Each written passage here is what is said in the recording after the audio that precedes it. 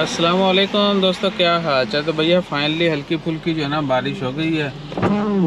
इधर भी साफ़ होगी विंडो। ये देखें, शोर होगा थोड़ा, लेकिन बारिश आ गई हैं।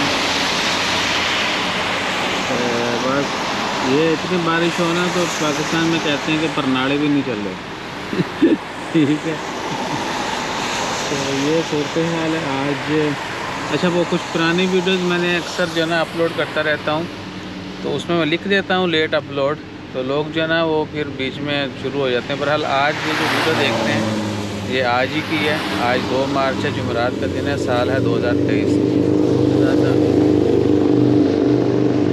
तो अपना ख्याल रखिएगा, और जैसे जैसे कोई मज़ीद अपडेट्स आती हैं वो भी शेयर करते रहेंगे।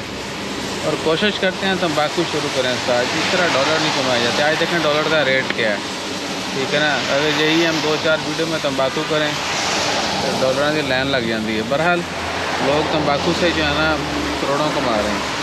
हज़ारों लाखों वाला दिन तो गए, अब तो करोड़ों अरबों की बात है।